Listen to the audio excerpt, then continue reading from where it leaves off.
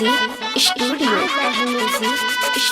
भैया, हम गायक कलाकार गोरख यादव आप लोगन के बीच हम अपन हाई पहला एल्बम सावन के भेज रहल बानी जा। हमरा के आशा नहीं बल्कि पूरा विश्वास बा रउआ लोगन हाई लइका के ऊपर जरूर प्यार दुलार बरसैया सन। अरे ए हो जौनपुर के कांवरिया भाई लोगन आवा लगाई जाए ठुमका डीजे पे।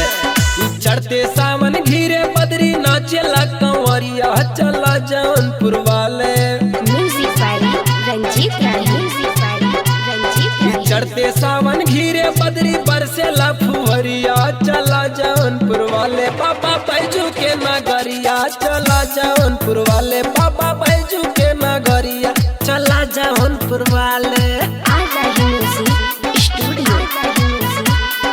डीजे पे बजता गाना छोरी लो कमरिया चला जौनपुर वाले। बाबा बैजू के दुआरिया चला जौनपुर वाले। बाबा बैजू के दुआरिया चला जौनपुर वाले।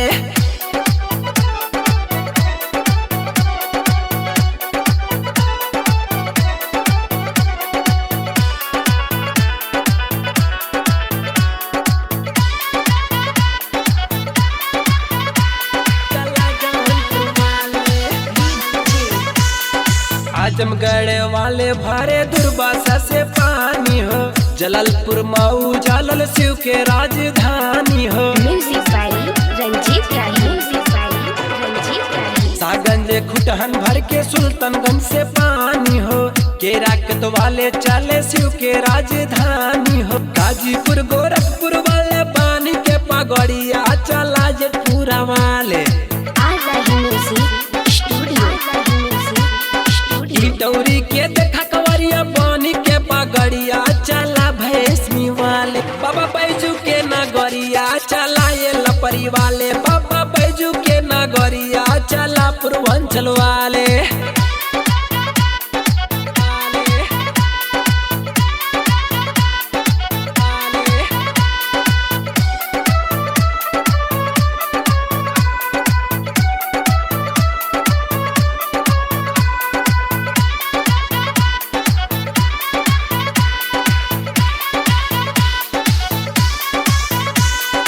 अम्बेडकर नगर वाले चले बम बम बोल के। कुतुपुर वाले खाए पैकेट भंगिया खोल के। पवारा मछली सोहर चले बम बम बोल के। खाए ले मलहनी वाले पैकेट भंगिया खोल के। ब्रह्मदेव जी जलवा चढ़ाइए भारत के गगोरिया चलाए मनवल वाले। लिखे नितिन गावे गोरख नाचाई जौनपुरिया चला बघैला वाले। बाबा काशी के नगरिया चला बरैया वाले। बाबा बासुकी के दुआरिया चला नरौली वाले। बाबा बासुकी के दुआरिया चलाए गभीरन वाले। बाबा काशी के नगरिया चलाए जौनपुर वाले। Music studio.